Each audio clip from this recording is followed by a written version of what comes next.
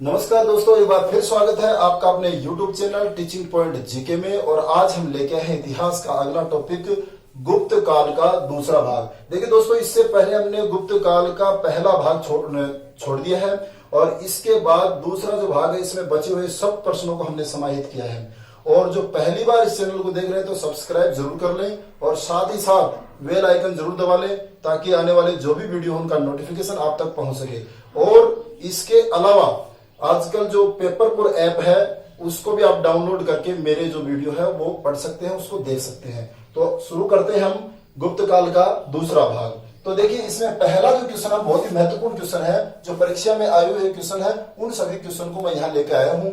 तो देखिए, गुप्तों की जो शासकीय भाषा या प्रशासनिक भाषा या सरकारी भाषा क्या थी, तो याद रखिए गुप्तों की जो सरकारी भाषा थी वो थी संस्कृत। ये अच्छे से याद रखिए। और संस्कृत को ही इन्होंने सबसे ज्यादा बढ़ावा दिया है, तो संस्कृत इनकी जो है प्रशासनिक भाषा थी। इसके बाद देखिए, महाराज धीराज की उपाधि किसने धारण की, ये क्वेश्चन बहुत अच्छा है। तो हमने पढ़ा गुप्त वंश का संस्थापक श्रीगुप्त और उसके बाद घटोत्कच, इन दोनों ने महाराज की उपाधि धारण की थी। लेकिन जो तीसरा शासक था चंद्रगुप्त प्रथम, जिसको गुप्त वंश का प्रथम प्रतापी शासक या वास्तविक संस्थापक भी कहा जाता है, इसने महाराज धीराज यानी महाराजाओं के महाराज, तो महाराज धीराज की जो उपाधि धारण की वो किसने की, चंद्रगुप्त प्रथम ने। ये अच्छे से याद रखिए, बहुत अच्छा क्वेश्चन है। चंद्रगुप्त प्रथम, ये एच स्टेट में आया हुआ क्वेश्चन है। सामंतवादी जो प्रणाली है वो किस समय शुरू हुई, तो गुप्तों के समय सामंतवादी प्रणाली शुरू हुई और विशेष रूप से समुद्रगुप्त का जो काल था उस काल में ये शुरुआत हुई किसकी, सामंतवादी प्रणाली की। इसके बाद देखो, भारत का नेपोलियन, भारत का नेपोलियन भी आपको पता है किसको कहा जाता है, समुद्रगुप्त को कहा जाता है। और ये किसने कहा, ये अच्छे से याद रखिए, वी.ए. स्मिथ या विंसेंट स्मिथ, इसने भारत का नेपोलियन कहा, क्योंकि नेपोलियन की तरह इसने भी बहुत सारी विजय प्राप्त की थी। इस कारण से समुद्रगुप्त को भारत का नेपोलियन कहा जाता है। इसके बाद देखो, देवराज, देवगुप्त, देवश्री और परम भागवत की उपाधि किसने धारण की, तो ये आपको याद रखना है, चंद्रगुप्त विक्रमादित्य या चंद्रगुप्त द्वितीय, एक ही बात है। तो चंद्रगुप्त विक्रमादित्य अच्छे से याद रखना, और इसी को चंद्रगुप्त द्वितीय भी कह सकते हैं। समुद्रगुप्त के बाद दूसरा सबसे प्रतापी शासक था और इसको सकारी कहा गया है, ये आप अच्छे से याद रखिए। इसके बाद देखिए, भारत में सर्वाधिक सोने के सिक्के ये किस समय चले, तो ये अपने को याद रखना, गुप्त काल में। गुप्त काल में सबसे ज्यादा सोने के सिक्के चले, सांस्कृतिक विकास सबसे ज्यादा हुआ, इस कारण से इस युग को स्वर्ण युग भी कहा जाता है।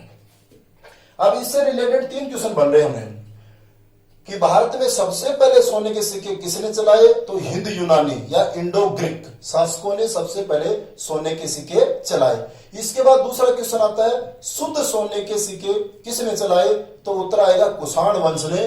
तो कुषाण में भी ऊ आ रहा है, शुद्ध में भी ऊ आ रहे हैं। और सबसे ज्यादा किसने चलाए, तो गुप्तों ने। तीनों क्वेश्चन आपको अच्छे से याद रखना है। अजंता की जो चित्रकारी वो किससे संबंधित है, तो बौद्ध धर्म से, याद रखना, इसमें बौद्ध धर्म से संबंधित चित्रकारी है। देखिए, अजंता में कुल 29 गुफाएं हैं और उनमें अब वर्तमान में 6 शेष बची है, याद रखना। और जिनमें जो 16 और 17 है सबसे महत्वपूर्ण है।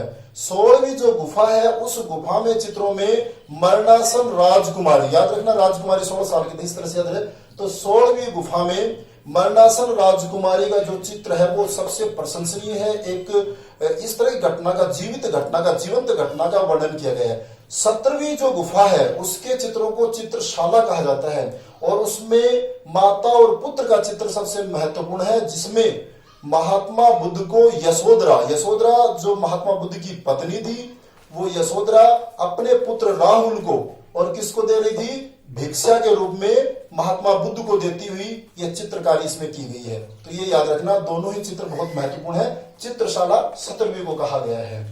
इसके बाद देखिए, बाल विवाह की शुरुआत ये भी गुप्त काल में मिलता है। इससे पहले हमने पढ़ा सिंधु सभ्यता, हमने पढ़ा वैदिक सभ्यता, हमने पढ़ा, उसमें इसका जिक्र नहीं आता है। लेकिन ये जो बाल विवाह है इसकी शुरुआत गुप्त काल में सबसे ज्यादा मिलती है, ये अच्छे से याद रखना है। अगला जो हमारा क्वेश्चन है, सती प्रथा का प्रथम उल्लेख कहाँ मिलता है, तो ये आप याद रखिए, भानुगुप्त का एरण अभिलेख है, एरण अभिलेख याद रखना। और ये किसका है?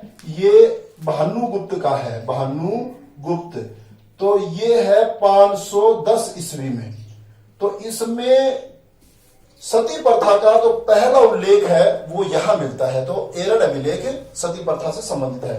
इसके बाद देखो गुप्तकालीन बौद्ध शिक्षा का केंद्र, ये याद रखिए, बौद्ध शिक्षा का जो केंद्र था वो था नालंदा। याद रखिए, नालंदा जो है वो नालंदा विश्वविद्यालय भारत का प्राचीनतम विश्वविद्यालय है, जो बिहार में है, नालंदा विश्वविद्यालय। और ये बौद्ध शिक्षा का सबसे बड़ा केंद्र था। और कालांतर में हम पढ़ेंगे हेनसांग जो हर्षवर्धन के काल में आता है, वो यहाँ पढ़ने के लिए आता है। प्रसिद्ध खगोल शास्त्री, तो प्रसिद्ध खगोल शास्त्री जो गुप्तकालीन हुआ है वो है वराह मिहिर। बहुत अच्छा क्वेश्चन है। वराह मिहिर जो है ये गुप्त काल का प्रसिद्ध खगोल शास्त्री था। और इसने उज्जैन में रह करके, याद रखना, जो पृथ्वी का देशांतर है वो तैयार किया। बहुत अच्छी बात है। ये पृथ्वी का देशांतर तैयार करने वाला कौन था? खगोल शास्त्री वराह मिहिर। इसके बाद है गुप्त काल का सर्वोत्कृष्ट मंदिर। ये भी बहुत अच्छा क्वेश्चन है कि आप याद रखिए, जो शिखर युक्त मंदिर है वो गुप्त काल की ही देन है। गुप्त काल के बाद में ही शिखर युक्त मंदिरों का निर्माण ज्यादा शुरू हुआ। तो गुप्त काल का सबसे श्रेष्ठ जो मंदिर है वो हमें याद रखना है, ये देवगढ़ का दशावतार मंदिर। देवगढ़ का दशावतार मंदिर बहुत ही सुंदर मंदिर है ये, और ये सर्वोत्कृष्ट कृति है।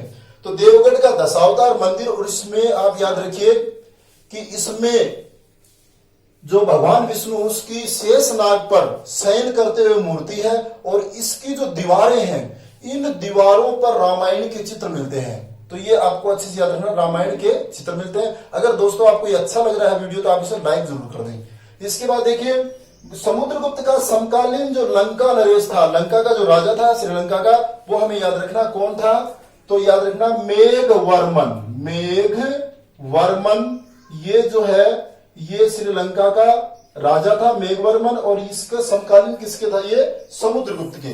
और इसने समुद्रगुप्त से आज्ञा मांगी थी गया बिहार में एक मठ बनाने के लिए। तो इस तरह से मेघवर्मन इसका समकालीन शासक हुआ।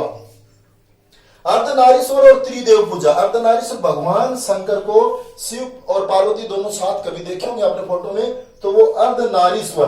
तो नर का अर्धनारीश्वर और त्रिदेव ब्रह्मा विष्णु और महेश, ये जो पूजा पद्धति है इसकी शुरुआत भी गुप्त काल से मानी जाती है, कि ये पूजा गुप्त काल से शुरू हुई है। बहुत अच्छे क्वेश्चन है, ये परीक्षाओं में आए हुए हैं। गुप्त काल में किसके निर्माण में भारत यूरोप से आगे था? देखिए बहुत अच्छा क्वेश्चन है ये। तो याद रखिए, जलयान निर्माण में भारत सबसे आगे था। तो विशाल जलयान हमारे यहाँ बनती थी, अच्छे से याद रखिए। और दोस्तों एक बात और ध्यान रखिए, वर्तमान में यदि पूछा जाए तो वर्तमान में जापान बहुत आगे है। वर्तमान में जापान आगे इस मामले में, किसमें? जलयान निर्माण में। इसके बाद देखो, अप्रतिरथ की उपाधि धारण किसने की? अप्रतिरथ, ये थोड़ा सा हार्ड क्वेश्चन है। अप्रतिरथ का मतलब होता है अद्वितीय योद्धा, जिसके समान कोई दूसरा योद्धा नहीं हुआ है, ये हमें ध्यान रखना है। तो अप्रतिरथ की उपाधि दो जो गुप्त शासकों ने, तो वो कौन कौन से थे? आप याद रखना, जो सबसे शक्तिशाली थे। तो एक तो हुआ कौन? याद रखना, समुद्रगुप्त। समुद्रगुप्त सबसे प्रतापी शासक था। और समुद्रगुप्त के अलावा दूसरा हम देखते हैं तो कौन है? चंद्रगुप्त द्वितीय या चंद्रगुप्त विक्रमादित्य। ये दोनों किस्म बहुत अच्छे किस्म है। इसके बाद देखो, विकेंद्रीकरण की जो शुरुआत है, देखिए इससे पहले हमने मौर्य साम्राज्य बढ़ा। मौर्य साम्राज्य में केंद्रीकरण था, यानी शक्ति एक जगह केंद्र। विकेंद्रीकरण का मतलब शक्ति का बंटवारा, ये हमें पढ़ना है। तो शक्ति का यानी विकेंद्रीकरण की जो शुरुआत होती है वो भी गुप्त काल में होती है, याद रखिए। आज भारत में जो शक्ति है उसका विकेंद्रीकरण है, यानी शक्ति, हमारा जो देश है वो 29 राज्यों का या 28 हो गए, 28 राज्यों का संघ है। तो इस तरह शक्ति बांटी गई है, तो विकेंद्रीकरण होता है शक्ति का बंटवारा। तो ये गुप्त काल में। चेली के, तो ये देखो एक वर्ड बहुत अच्छा वर्ड है, इस पर थोड़ा फोकस डालना। तो चेली के, तो ये किसके लिए आया है? तो आपने पढ़ा होगा इत्सिंग, एक चीनी यात्री था इत्सिंग। और इस इत्सिंग ने ही बताया था कि पहला जो श्रीगुप्त उसने महाराज की उपाधि धारण की, दूसरा घटोत्कच ने भी महाराज की उपाधि धारण की, उसने श्री गुप्त के लिए एक वर्ड यूज किया, वो है चेली केतो, यानी श्री गुप्त के लिए ये प्रयोग हुआ है चेली केतो, याद रखना अच्छे से। इसके बाद एक वर्ड आता है कि तांबे के सिक्के किसने चलाए। तो देखिए दोस्तों, आपने पढ़ा होगा, मैंने बताया समुद्रगुप्त और चंद्रगुप्त विक्रमादित्य के बीच एक निर्बल शासक था जिसका नाम था रामगुप्त। इतिहास में उसका ज्यादा जिक्र नहीं आता है।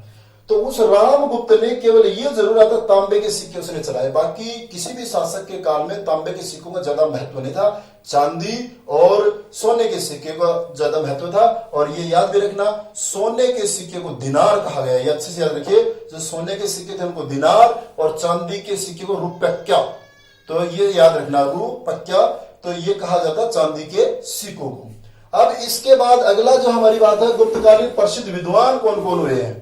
तो गुप्तकालीन जो प्रसिद्ध विद्वान हुए हैं उसमें भाई कालिदास एक तो महत्वपूर्ण, याद रखिए कालिदास है, इनके बारे में हम कालिदास की रचनाएं हम यहां लिखेंगे।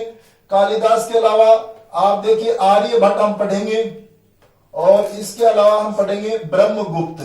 तो इस तरह से ये है। और ब्रह्मगुप्त के अलावा भी वराहमिहिर पहले भी आ चुका है।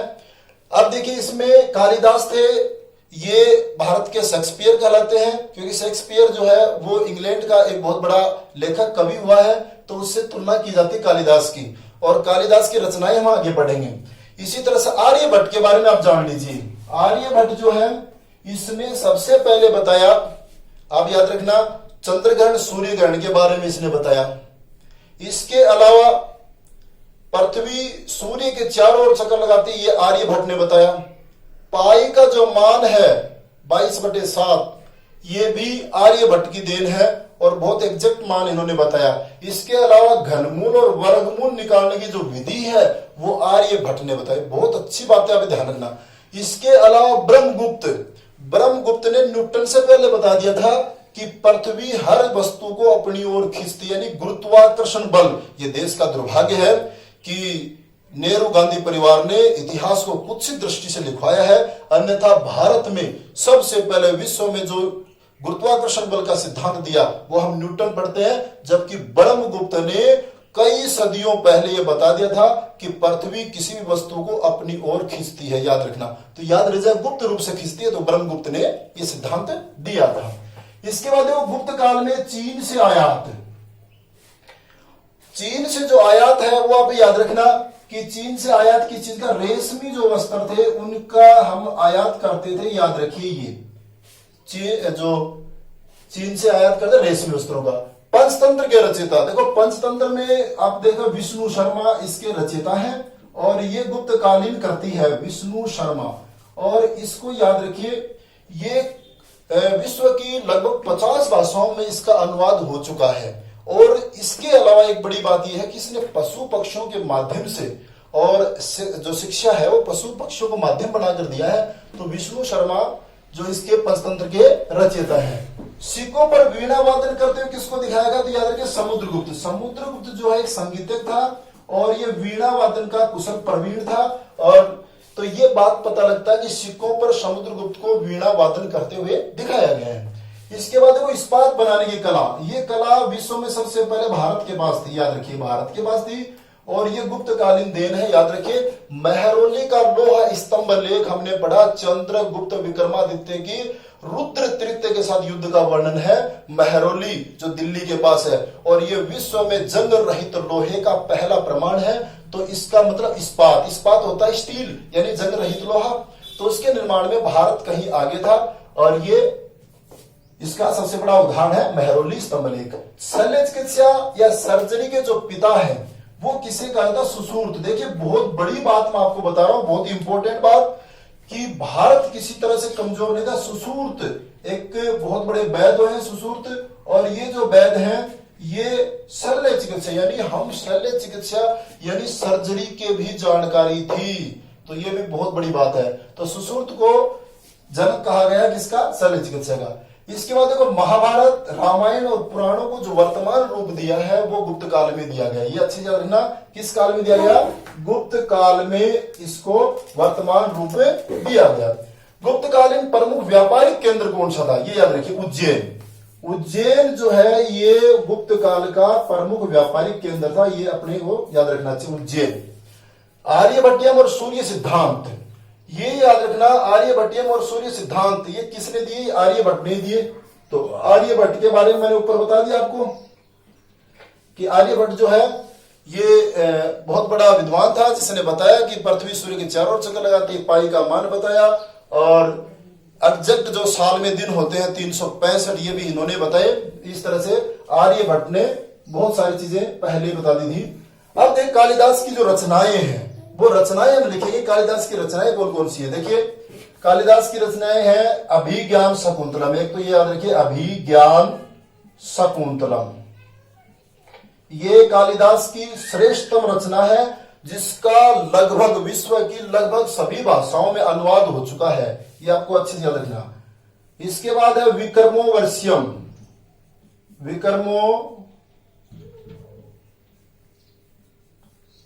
विक्रमोर्वशीयम ये इसकी है। इसके बाद देखो मालविकाग्नि मित्र, मालविकाग्नि मित्र, ये देखिए कोई अक्षर नहीं छूट जाए, मालविकाग्नि मित्र। और इसके बाद देखो ऋतु संहार ये इसकी कृति है, 3 हो गई है, ये 4। मेघदूत ये इसकी रचना है। इसके बाद कुमार संभव।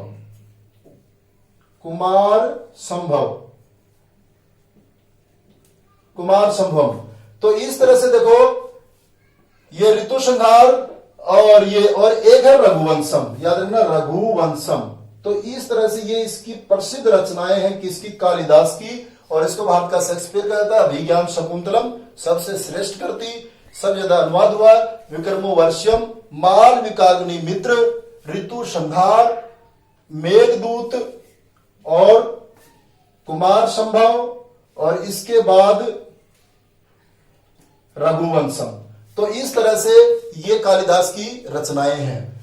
चंद्रगुप्त द्वितीय के दरबार में धन्वंतरी क्या था? एक चिकित्सक था, याद रखिए चिकित्सक। और ये आपने कभी देखा भी होगा कि धन्वंतरी के नाम से एम्बुलेंस बहुत सारी घूम रही है, धन्वंतरी एम्बुलेंस। तो धन्वंतरी गुप्त काल में एक चिकित्सक था, बहुत ही प्रसिद्ध। चंद्रगुप्त द्वितीय ने विक्रमादित्य की उपाधि धारण कब की? देखिए बहुत अच्छा क्वेश्चन है कि विक्रमादित्य के बारे में मैंने बताया कि भारत में 14 शासकों ने विक्रमादित्य की उपाधि धारण की। 14 वाला अंतिम था हेमचंद्र, जो 1556 में पानीपत के दूसरे युद्ध में अकबर के विरुद्ध लड़ते हुए मारा गया था। तो याद रखना ये उपाधि धारण की थी शकों पर विजय प्राप्त करने के बाद, शकों का दमन, और इसी कारण से इसको शकारी भी कहा जाता है। अच्छे से याद रखिए। प्रशासन की सबसे बड़ी इकाई गुप्तकालीन में तो ये थी देश, याद रखना देश, और जिसके कहा जाता था इसके जो मुखिया उसको कहता है गोपना, याद रखना। और सबसे छोटी इकाई थी ग्राम, और इसके जो मुखिया उसको ग्रामिक या फिर महतर कहा जाता है, ये भी आपको याद करना। बहुत अच्छी क्वेश्चन है। इसके बाद देखो खंड खाद्यक, ब्रह्म सिद्धांत और वेदांग ज्योतिष, ये किसने बताए? याद रखना ब्रह्मगुप्त ने। किसने बताए? ब्रह्मगुप्त ने ये सिद्धांत दिए हैं। और इसके अलावा देखो जो हमने पढ़ा था, यहां भी लिख देता हूं, ब्रह्मगुप्त एक ही बात है। कालिदास के जो विद्वान थे उन विद्वानों में मैं एक वराह मिहिर का जिक्र और करता हूं। वराह मिहिर जो थे उन्होंने देशांतर तैयार किया था, ये पीछे आ गया, सॉरी। अब देखो महाबलाधिकृत और अग्रहार ये क्या है? देखो महाबलाधिकृत तो कहते थे पुलिस का सर्वोच्च सेनापति, यानी सेना का सर्वोच्च सेनापति जो था उसको महाबलाधिकृत लिख लेना कहते थे। अग्रहार क्या है? गुप्त काल में जो कर मुक्त भूमि दी जाती थी, जिस पर कोई कर नहीं लगता था, ऐसी भूमि मंदिर को दी जाती या फिर ब्राह्मणों को दी जाती। ये कर मुक्त भूमि, दान में दी गई कर मुक्त भूमि को गुप्त काल में अग्रहार कहते थे। तो इस तरह दोस्तों हमने दूसरा भाग पूरा कर लिया। ये आपको अच्छा लगा तो इसे शेयर करें अपने दोस्तों में और इसे लाइक करें, और मिलते हैं अगले वीडियो में। तब तक के लिए जय हिंद, जय भारत।